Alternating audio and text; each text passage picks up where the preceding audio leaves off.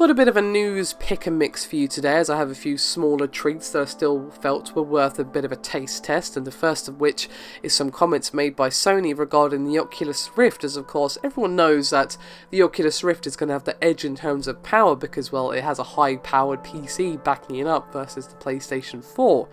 And Sony Computer Entertainment Vice President Masayusu Ito spoke to Polygon, and he said, quote, "If you just talk about the high-end quality, yes, I would admit that Oculus may have better VR. However, it requires a very expensive and very fast PC. The biggest advantage for Sony is our headset works with PS4.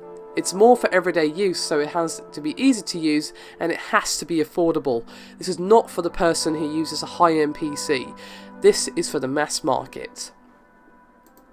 So it's interesting to see them talk about this. Of course, I would say it's nice to see them admit it, but they don't even need to admit it. Everyone is aware that a high-end PC that can power an Oculus to the proper frame rate and everything else is obviously going to beat the PlayStation 4's power.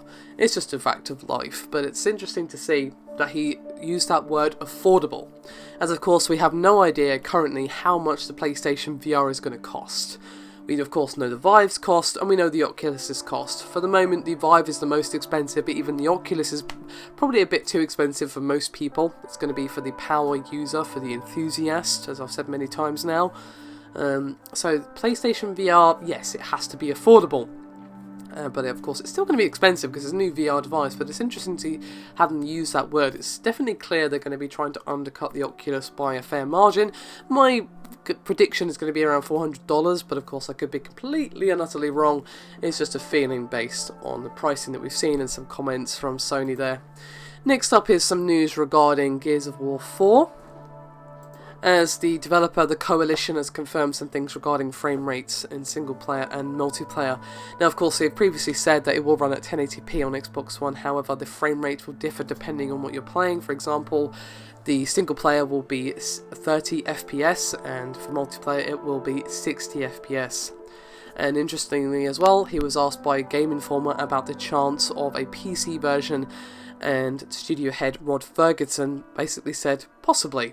So there is a chance, but we'll see. I'm not going to take possibly too far out of context.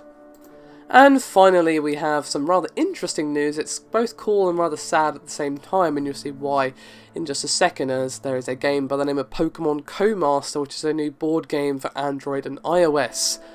And now this is going to be co-developed by, of course, the Pokemon Company and a company that specialises in artificial intelligence. Now, for the moment, and this is the sad part, Pokemon Co-Master, which, as I said, a digital board game, is coming to Android and iOS this spring in Japan.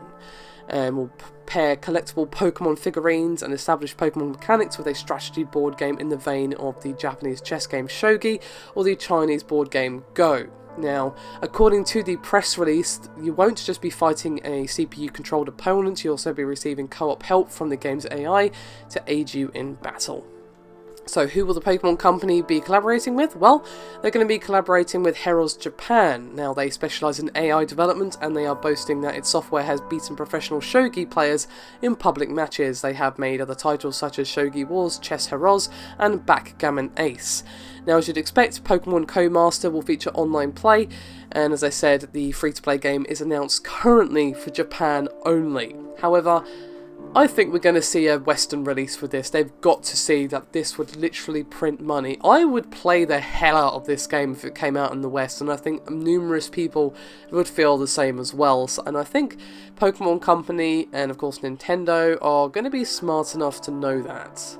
Of course, that could just mean me wishing for the stars, but I would think that this will eventually come to the West, so let's cross our fingers and hope for the best. For the moment, it is only confirmed for Japan. So that's where the sad part comes in, but still, it looks really cool. I hope this comes out in the West, because I would play this a lot. And I'm sure many other people would as well. So there you go, guys. That is me done for this video. Thank you very much for watching. Do remember to like and subscribe if you haven't done so already. It's very much appreciated, and I'll see you next time.